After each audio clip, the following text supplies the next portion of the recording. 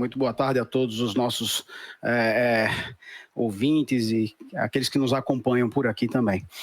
Eu queria começar hoje só fazendo um adendo à resposta que eu coloquei na terça-feira, à pergunta do porquê outros países não, então, apoiam de maneira mais contundente, de maneira militar, a resistência, né, dos palestinos em relação aos israelenses. Eu deixei passar algo bem importante. O Estado de Israel atualmente possui cerca de 90 ogivas nucleares, portanto é uma potência nuclear. A coisa toma outro grau de complicação quando você precisa intervir contra potências nucleares, certo? Existe uma clara tentativa de criar uma simetria entre o Hamas e as forças de resistência palestinas, que são absolutamente precárias e que utilizam meios quase artesanais de tecnologia militar, contra um dos mais modernos exércitos do mundo, que é o exército de Israel, certo? Então, usar palavras como conflito, por exemplo, é um erro grande. Não há conflito, nunca houve conflito entre a armada dos colonizadores europeus contra os índios, né, originários daqui. É uma força bélica desproporcional contra um grupo de resistência muito pequeno. Então, não é conflito, é genocídio, tá? E é disso que a gente vai continuar tratando aqui nessa sequência de 5 encontros, né? A gente tratou sobre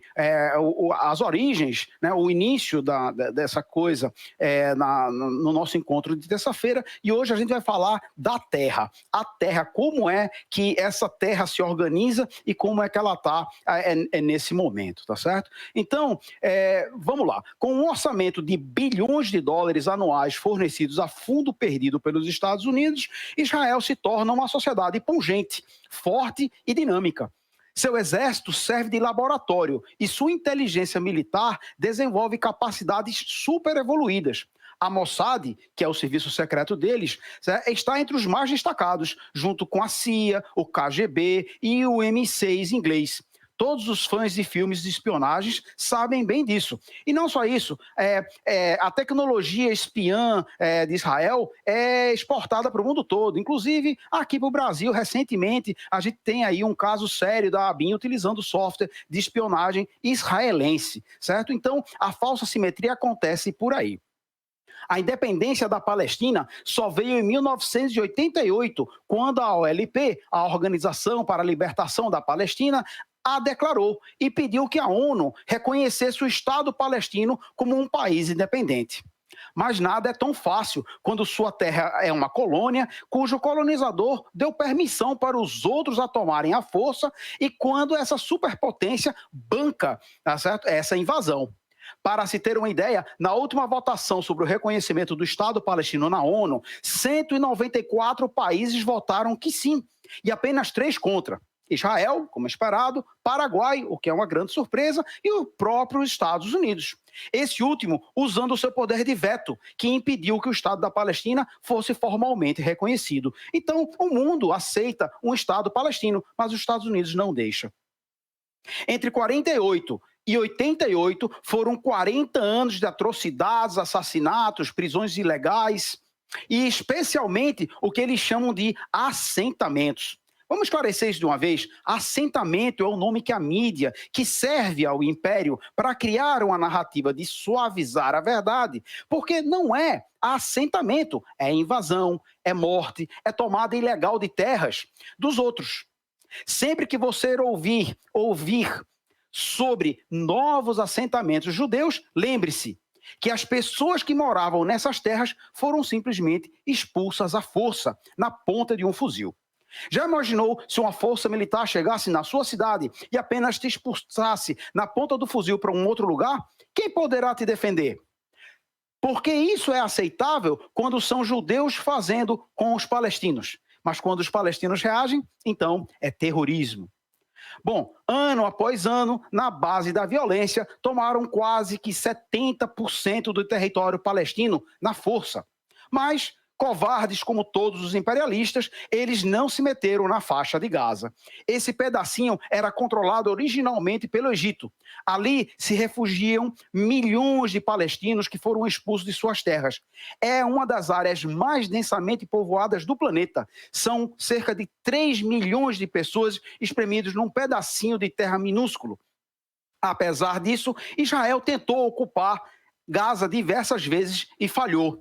A luta do povo palestino em Gaza, da luta do povo palestino em Gaza, nasce o Hamas, um movimento de resistência islâmica, uma força militar que decidiu reagir às agressões dos judeus israelitas de uma forma militarmente mais organizada.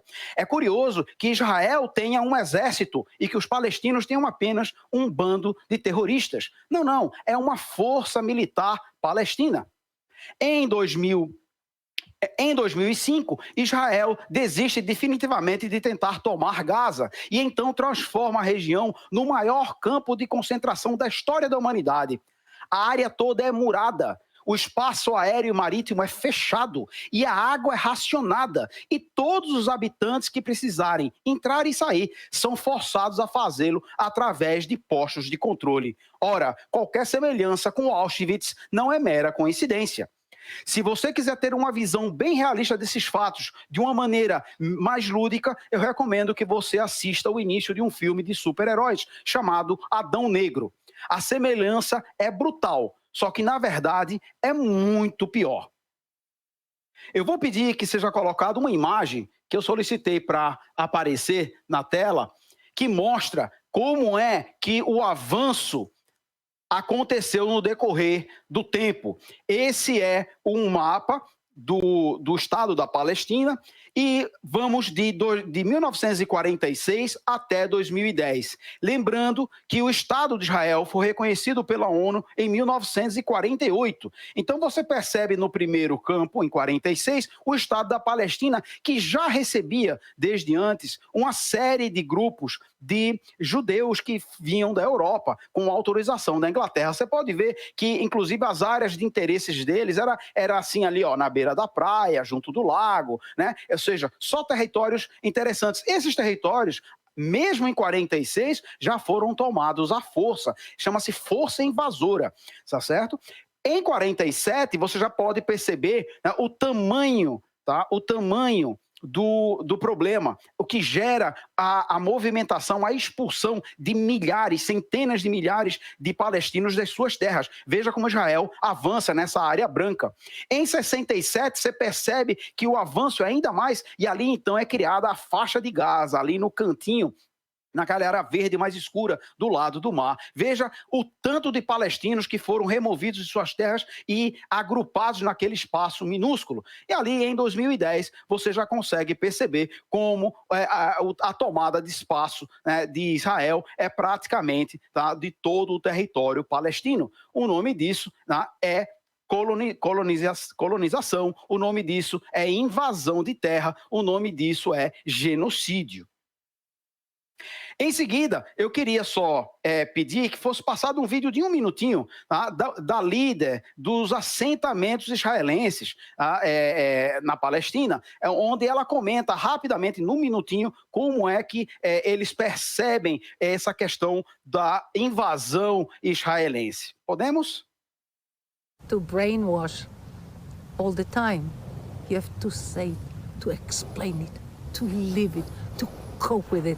My husband says to me, why do you speak to your children all the time about Zionism, pioneers in Judea and Samaria, settling and settling, and all my family are settlers here, because this is the only way to continue Zionism. I want to have for the Jewish nation the promised land from the Bible, from the Euphrates yes. to the Nile. And I'm sure it will be. And what about southern Lebanon? If it is part of it, all of it. Even parts of Syria, part of Iraq, part of Iran. It's huge. You think you have any way of convincing people that that would be a good idea? I convince many. Many people believe in it. I don't see anything anything extreme in my approach. It's the basic Jewish approach. Ora. Então, vamos tomar a Palestina, vamos tomar um pedaço do Líbano, do Irã, vamos até tomar um pedaço do Egito, né? Vamos do Eufrates ao Nilo, porque essa é a nossa missão bíblica, essa é a nossa visão religiosa. E olha que interessante, ela diz de que não há nada de radical no que ela está propondo, assentamentos e assentamentos. Não é assentamento coisa nenhuma, é invasão de terra, expulsão, assassinato, prisão, tortura, é genocídio. Muito obrigado.